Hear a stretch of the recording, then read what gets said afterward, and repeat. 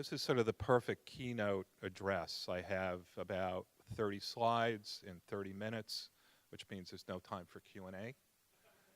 So for a consultant, that's perfect. And the second is that Stan has no idea what I'm going to say.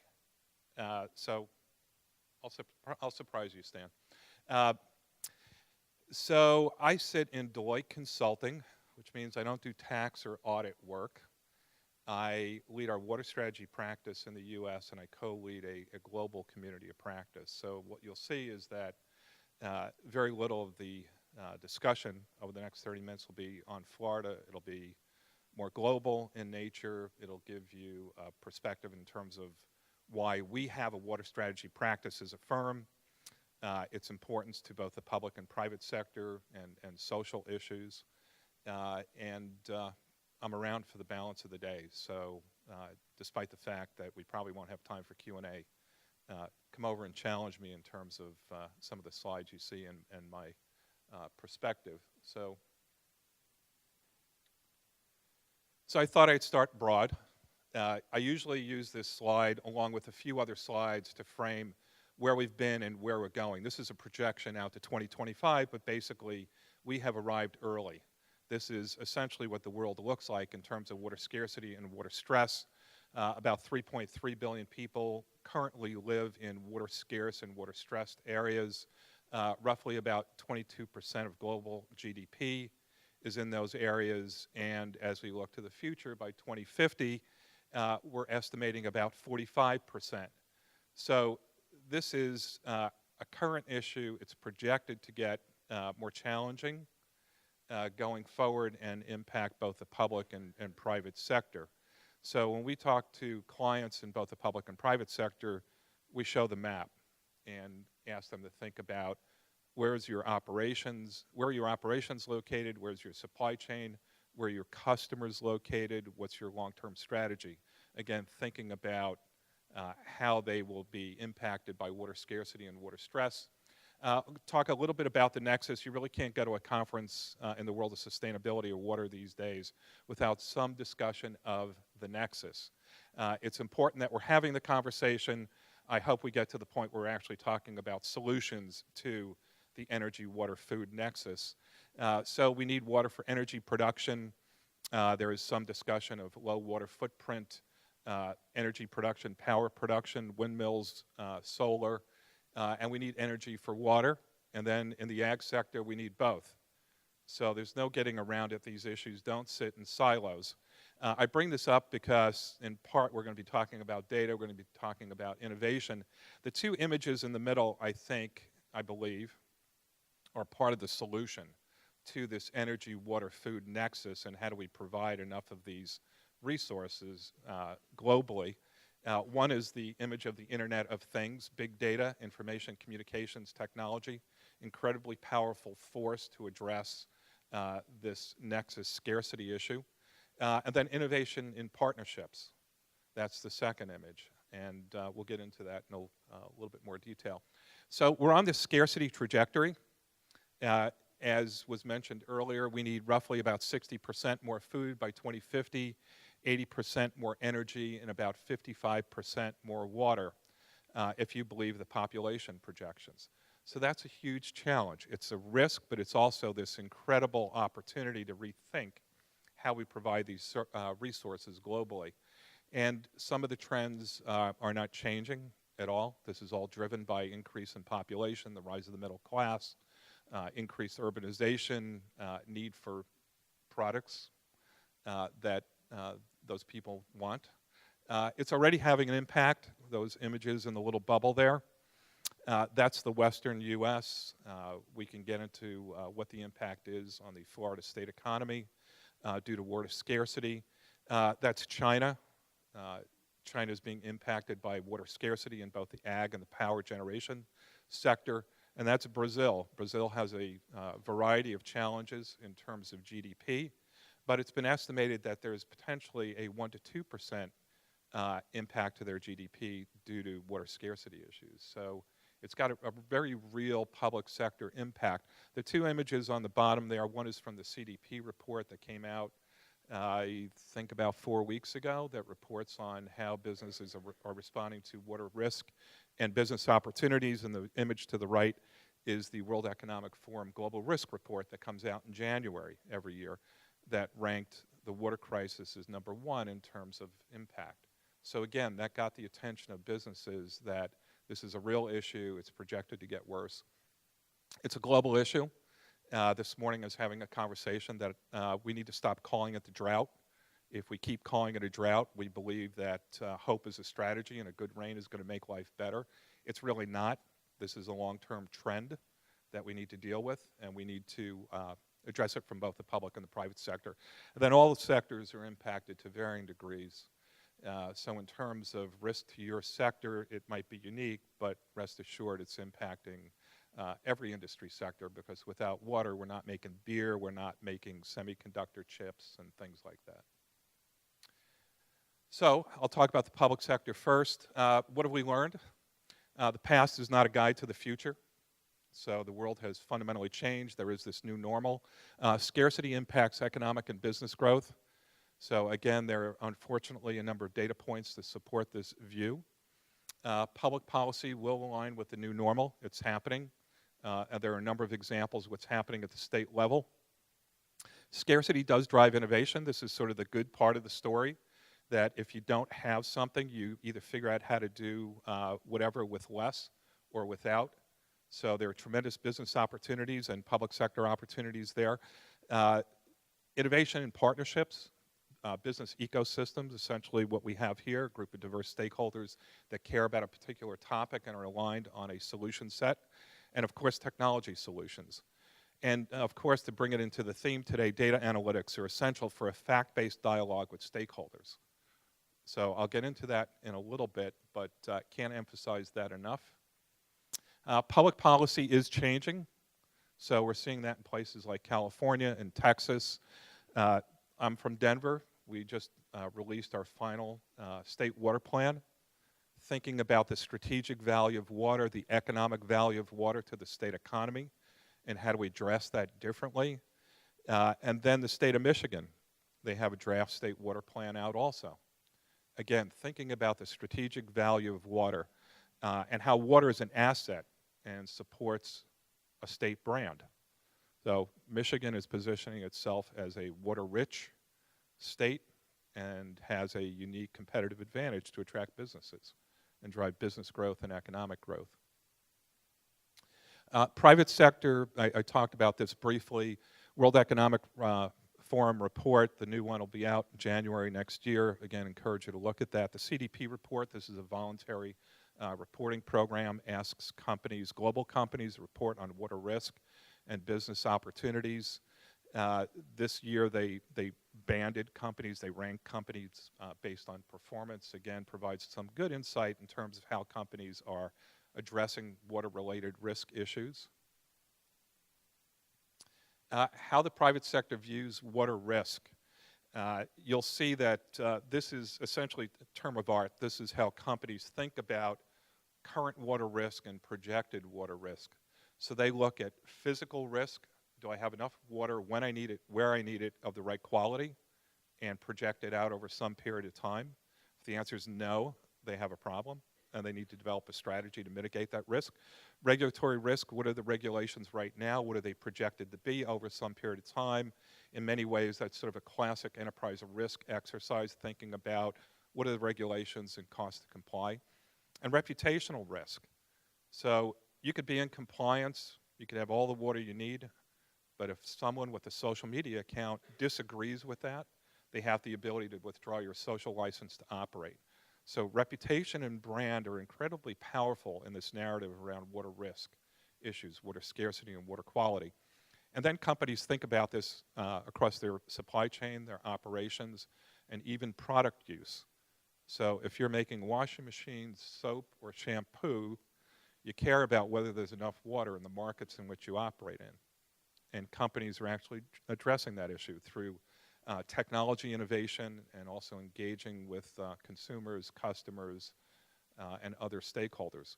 You can then wrap this all together and come up with business value at risk, a dollar value, current and projected, that would impact your business and start thinking about water differently beyond the price.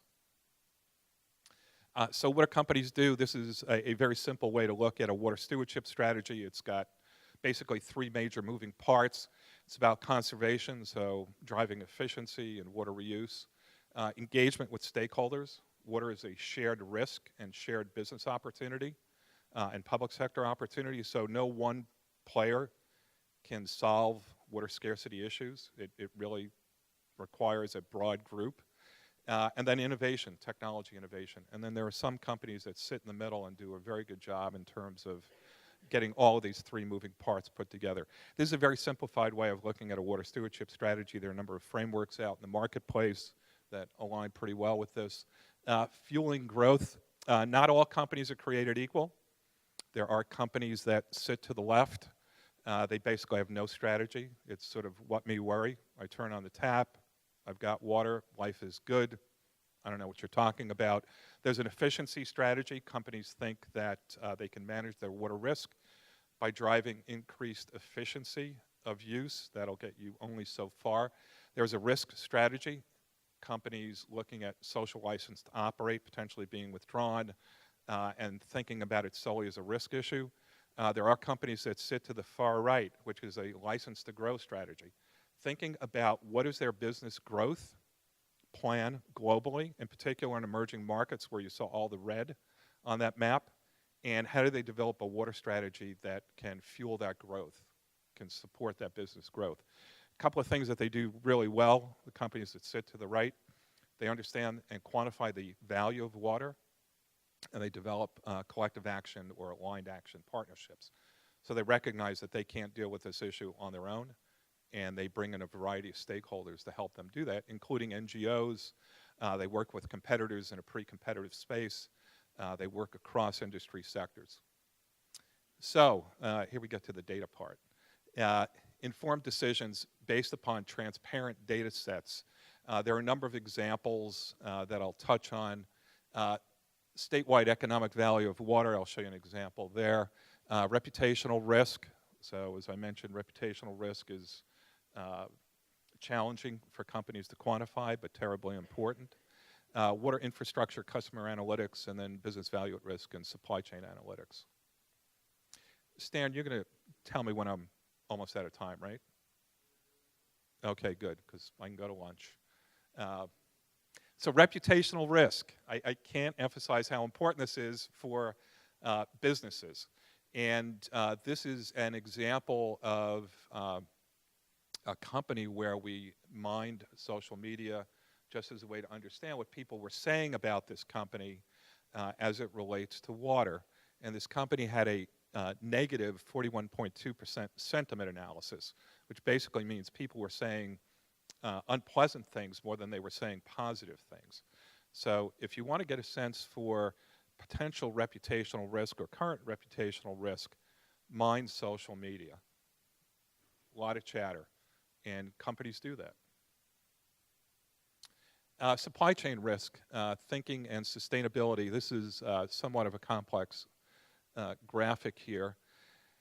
I bring it up because if you speak to people that manage supply chain issues, they will include environmental and social responsibility or sustainability as one of the sort of macro factors that they pay attention to, but it's pretty low on the list in terms of really quantifying the risk and thinking about how to manage that.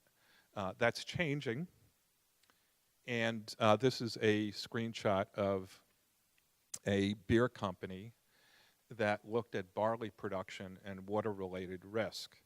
And you could start to think about, well, what is the current impact or projected impact on barley production, because that's terribly important if you like beer and you make beer. And they use this as a basis for investing time and money in their supply chain in terms of transferring best practices and technology adoption and so on. So it's a different way of looking at water risk in supply chain and making very different decisions in terms of how a beverage company engages with their agricultural supply chain. So companies that are addressing water-related risk do a lot of this. They map water scarcity issues, they map water quality, and then use that as a basis for change. Not just driving efficiency in their supply chain, but ensuring that they have a supply chain going forward. Public sector water management dashboard. This is some work that we did for the Florida Department of Agriculture. And I'll get into a little bit more detail. This is a screenshot of a visualization tool that we built based on publicly available data. This sort of addresses one of the key questions this morning. What do we need in the way of data? How do we make decisions based on the available data? What new data do we need? So the piece of work that we did for the Department of Ag, we basically helped them view statewide water data differently.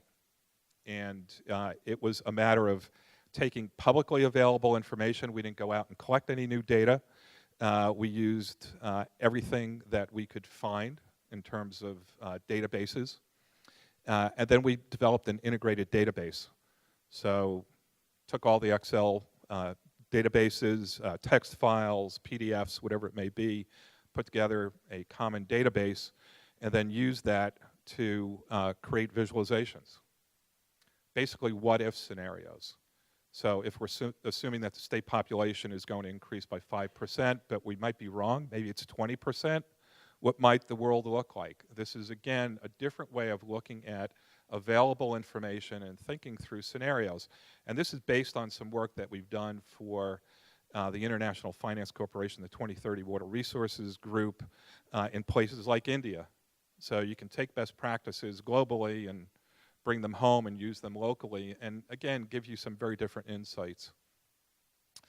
And these are some of the dashboard examples. This is an interactive tool, so I can change all the variables with a set of sliders. This is obviously incredibly static, but we looked at supply and demand, current and projected, upper left. We looked at scenarios. Again, what if we change crop type? What if population changes? What if power production requires more water? Whatever it may be. And it goes back to that issue of transparent, readily accessible data that you can start to think about what would happen if some of your assumptions change and what the scenarios look like.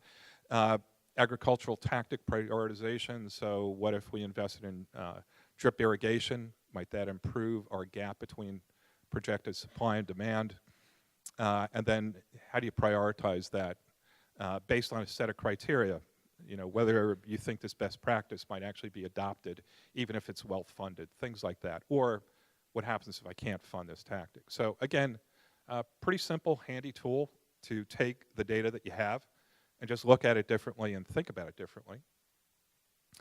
You can also do it based on publicly available information that is out in the marketplace.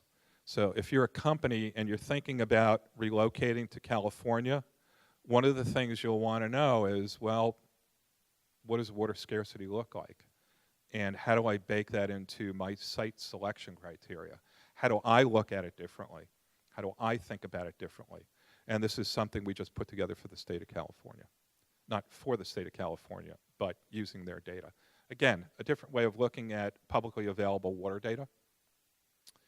Water analytics, predictive asset maintenance, the water utility sector is moving towards embracing data analytics, using it for a variety of different reasons, looking at CapEx, OpEx costs a different way, looking at operations issues, and then efficiency. So basically, adding additional rigor to decision making with respect to capital investments, how to predict system failure, how to reduce downtime, leakage, and so on. Just a few screenshots here. This is automated notification, so what happens when you get some part of the system that fails. And then thinking about budgeting. Again, the better use of data to make decisions regarding investment and repairs. Solution provider market forecast. I put this slide up because it supports my thesis here about data. and being a good consultant, that's always important to do, support your thesis. So this information is a little bit over a year old, but I still believe it's true. And it looks at technology adoption. So what's the market opportunity? For example, in desal, it's projected to grow almost 9% from 2013 to 2018. Smart meters, almost 15% growth rate to 2019. I find the startup discussion here a little bit interesting, or very interesting actually. 25% of the startups, when this report came out, are focused on monitoring, forecast, and control. So getting back to the data piece, there's a huge, huge play with respect to data acquisition, analytics, and visualization tools that have applications in both the public and private sector. So I think it's a pretty good data point.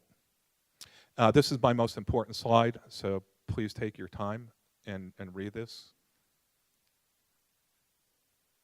I'm only kidding. I'm going to leave it up, though. So Stan, that's my last slide. Yep. So we're good?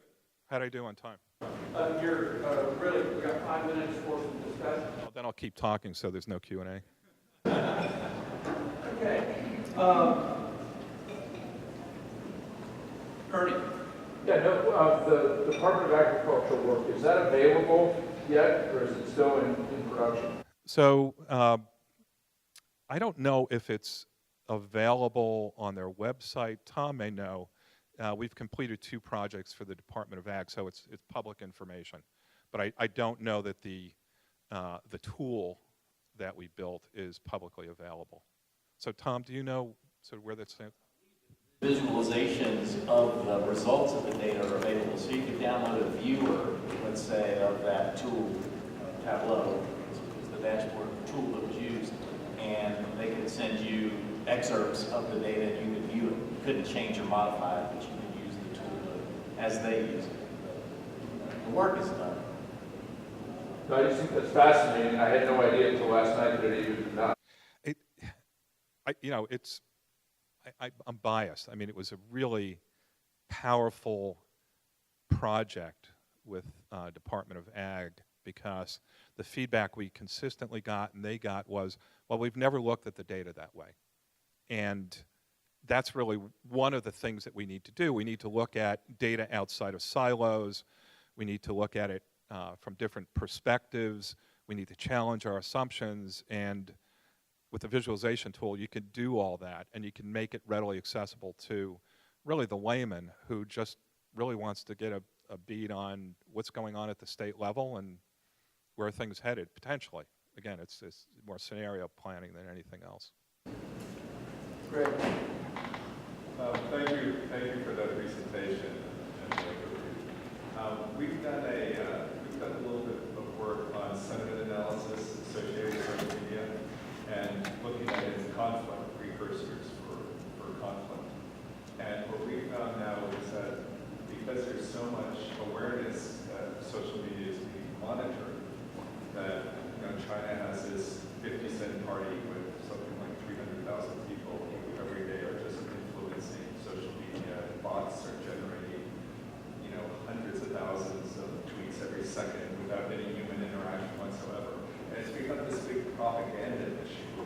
So we've actually found it to be almost a misinformation device. Have you seen any of that influencing in your sort of markets? And also, have you looked at any ways of verification or filtering against that? So I'm not a social media expert. So if you give me your card, I'll connect you with the person. I mean, I love social media, absolutely hooked, and talk about water all the time. But to answer your question, we have processes in place where we use it for supporting marketing initiatives with companies.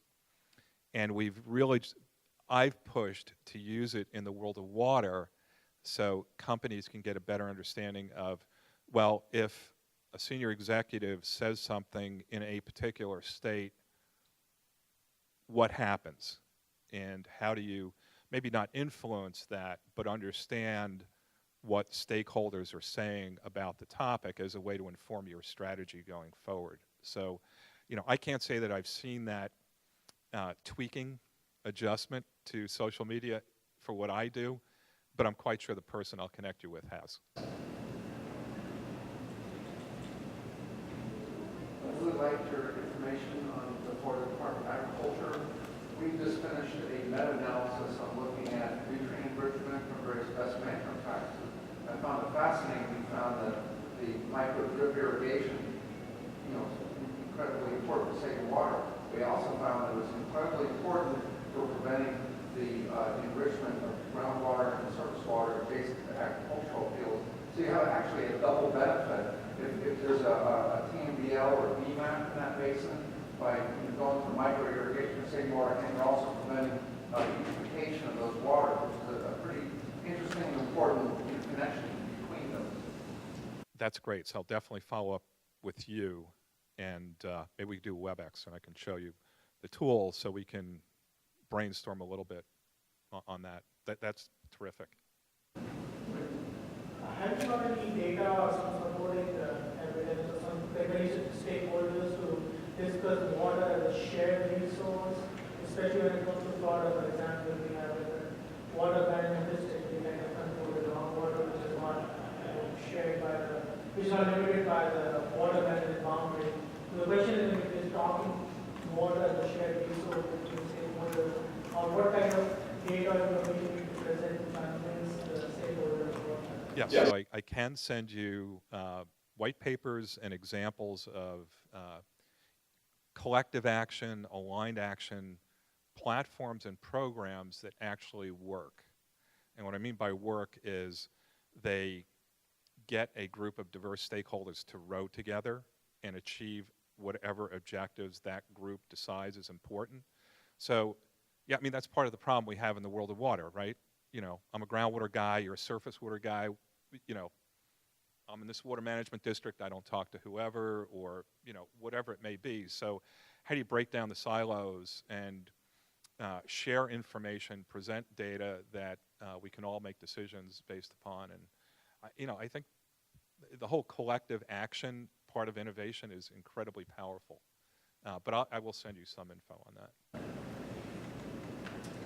In October, I was invited to be on a panel that was sponsored by the U.S. Chamber of Commerce, working on a real-life scenario water risk for a company that produces caramel-colored red cans. That's saying, I won't say who it was, but you can guess. And in the water risk, there are several tools that have come out, quite a few of them, but one of the really major ones is done by World Resources Institute, WRI, and in their tool, in their water risk analysis tool, they took population densities and found it over with how much available water was there, not just the water availability, but how it's used by the public. And they came up with a world map, and you can zoom in on the tool and find, and you would be amazed at what parts of the world that you think have tons of water that are at huge risk from water scarcity, of not only good clean water, but water of any sort. And so the case that we actually did a panel discussion on and made recommendations to the corporation that was facing it was a bottling plant in India that was located on the Ganges River. They were going to put it there, build it new, and what we don't ever think about in how this ties together from many disciplines is the idea that there was a religious group in the city in India that said the water was sacred, you can't use it to make soft drinks. And so they were going to rebel and have some real problems with this group. And so the question was, what do you do? So the social aspect of this can come into play that we don't really even think about. You bring up a really important point. We tend to think of scarcity in terms of physical availability of water. So you can actually have scarcity and stress in places that have a monsoon season, that have 50+ inches of rain a year, and their scarcity driven by other issues. So, Singapore is a really good example. Maybe we're scarce, we're stressed environment, they get a lot of rain. So scarcity is driven by all sorts of All factors. different sorts of things. So please follow up if you have any questions. Happy to send it, whatever.